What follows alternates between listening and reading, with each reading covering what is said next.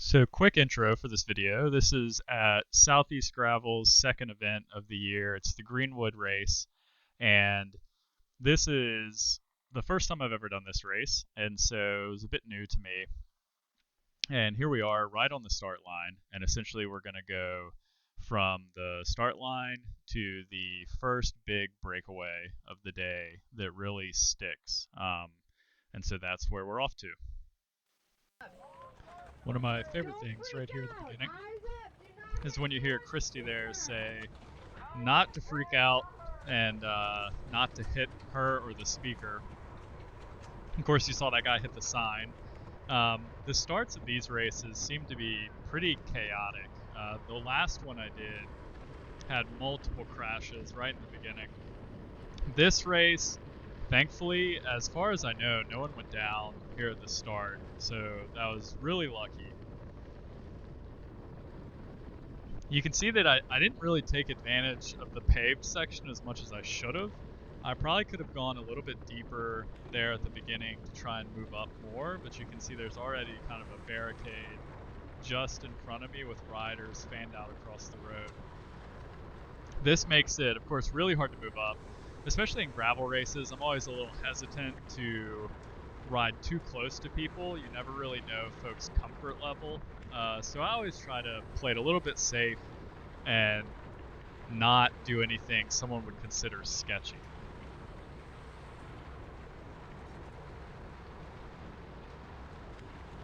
There's Wes Dixon just on the right. He's the owner of Sycamore Cycles, who I'm currently riding for. I don't have their kit at the moment, unfortunately. We're still waiting for them to show up, but I'm really looking forward to getting my hand on a Sycamore kit and starting to wear that. This beginning stretch of the race is pretty crucial in this event because you have about 4 miles until you hit a mile stretch of single track.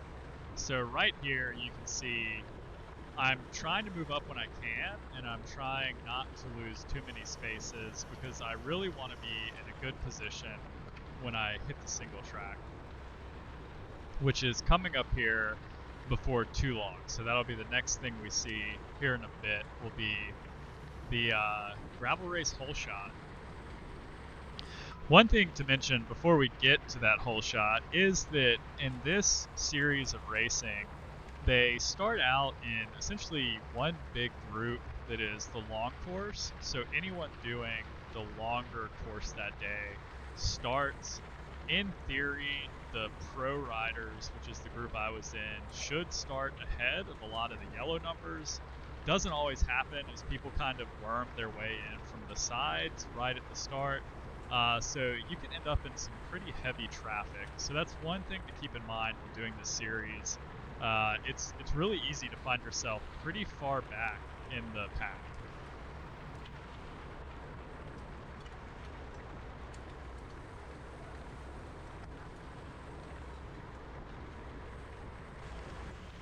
So here we are. You can see we're kind of right into the hole shot. Pretty unusual in a gravel event.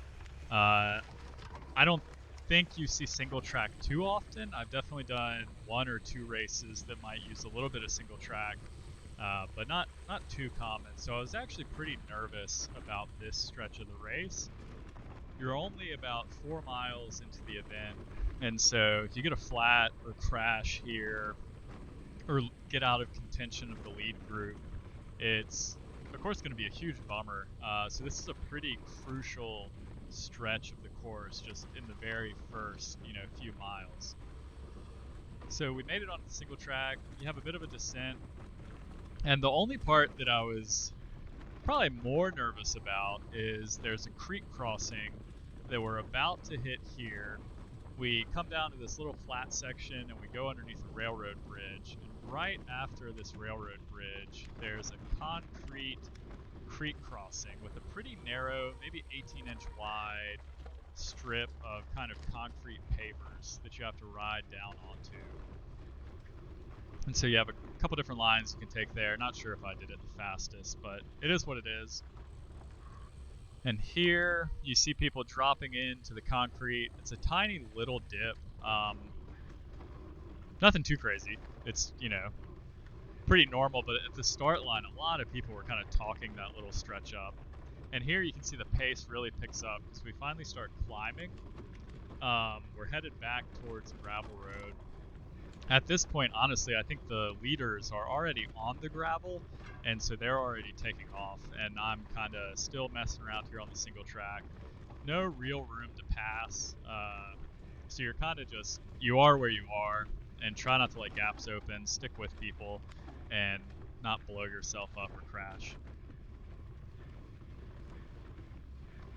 Here we are exiting the woods, so we're about to hit our stretch of gravel, and here's where I turn by that car and you can get a real look up the road. And this is when I notice, like, oh, this is way more strung out than I thought it was. And at this point, I really realized I need to start digging deep. I need to start moving up. This is way more strung out than I realized. Here's Wes again on my left. I'm going to pass him right here on the right. Gives me a little hello.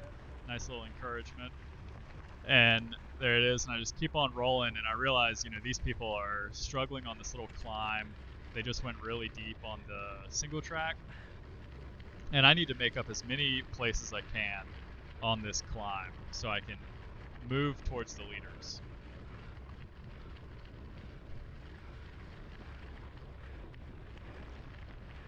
I get to these two riders right here. They seem pretty motivated to pass people and start moving up.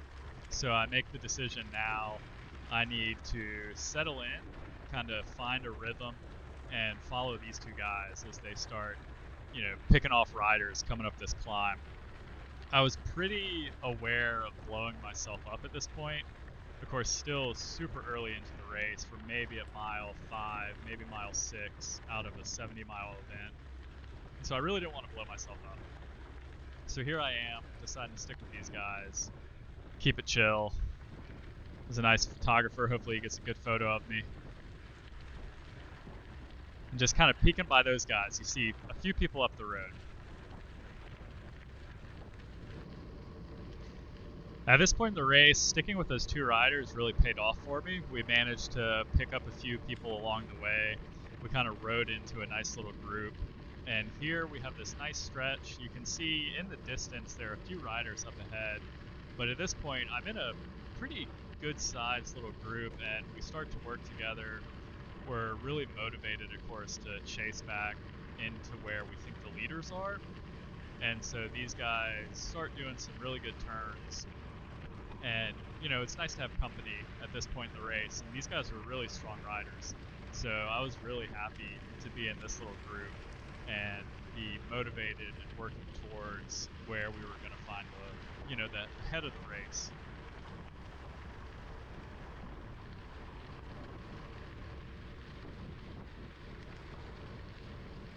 And at this point, I'm actually not trying to intentionally not take a turn at the front.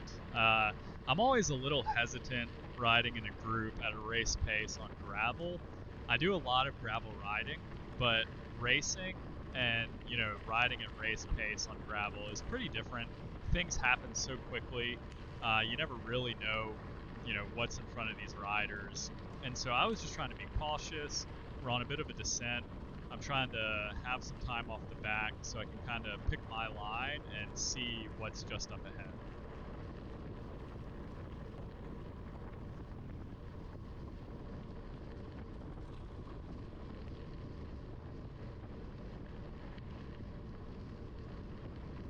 And it's really right here at this point, you kind of see the speeds that we get going to. This is a little sustained descent, and you can see we're, you know, averaging over 30 miles an hour.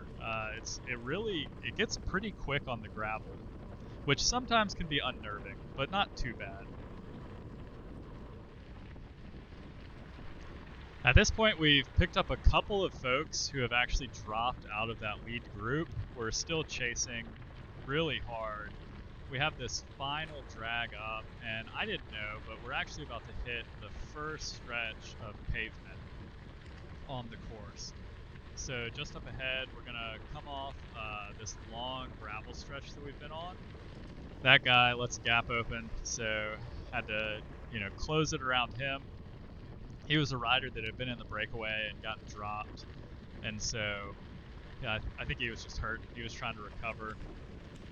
So at this point, we're heading towards that stretch of asphalt.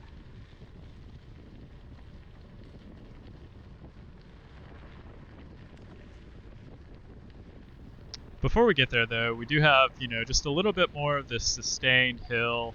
Um, it was honestly, the course was really punchy. We had a lot of similar stuff to this, little ups, not super long, but high power and just hard riding. So it definitely wears you down. We saw a lot of this kind of terrain during the day.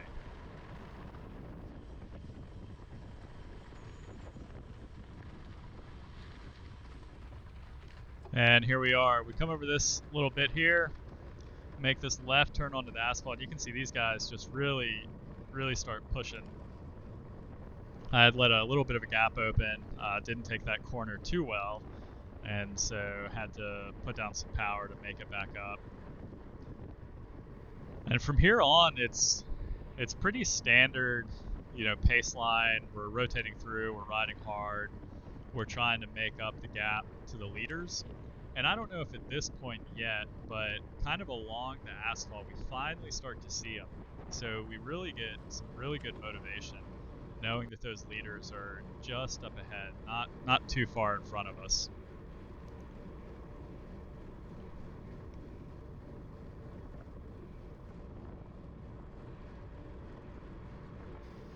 So as I pull off to the left here, the rider that goes by me on my right is Andrew Blackstock, real strong rider from Greenville in South Carolina.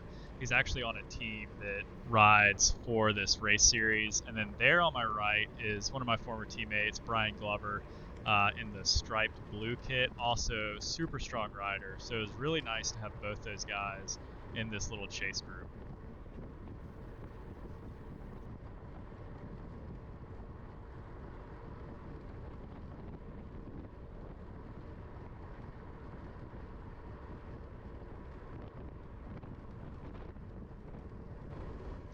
Yeah, so just here on this long straightaway, you can see the riders up the road. We're finally closing in on them. We can see them. We know they're there. They know we're here.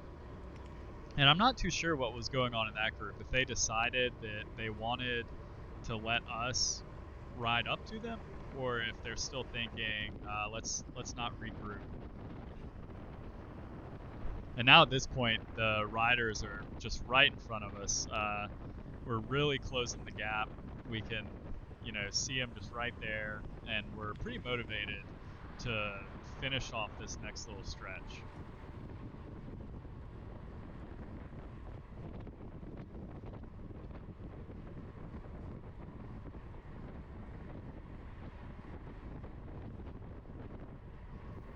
I was really looking forward to making the catch and hoping that we would settle down a little bit, because here you can see my heart rate is still hovering around 180. Our power has been consistently high this entire time. So I was, really not, cracked, but I was getting close to how comfortable I am at this high of power and heart rate for this length of time. And so I was really looking forward to making the catch and, maybe settling down and deciding, here's the lead group. The winners are going to come from this group. Let's take a little breather and, take a moment to relax.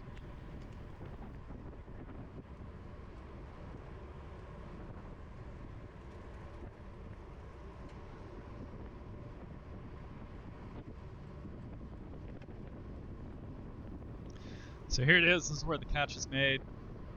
We come off this tiny little downhill, and then we catch them right here on this climb, and finally make contact. And at this point, I think they kind of realize, of course, they've been caught by us. I think we've become a group of maybe 15, at most 20 at this point. And I was so thankful because we finally rode into the group. We can take a little breath, eat a snack, kind of start relaxing now that it's all brought back and we don't have too much to worry about. So the winner of the race, of course, came from this group, and that was Dylan Johnson. He eventually attacked. It was pretty decisive. He split this group and what remained of it in half. So there were 5 riders up the road. One of them is right here in front of me on the left. That's Matt Musa, maker of Moose Packs, super cool bike bags. He managed to bridge into the group of 4 with Dylan, so he rounded out the top 5.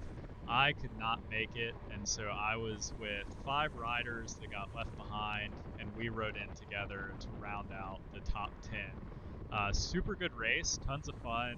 Really looking forward to it. And the next one is May 8th, and I can't wait to do that one. Should be pretty good and has a big climb, so we'll see how it goes.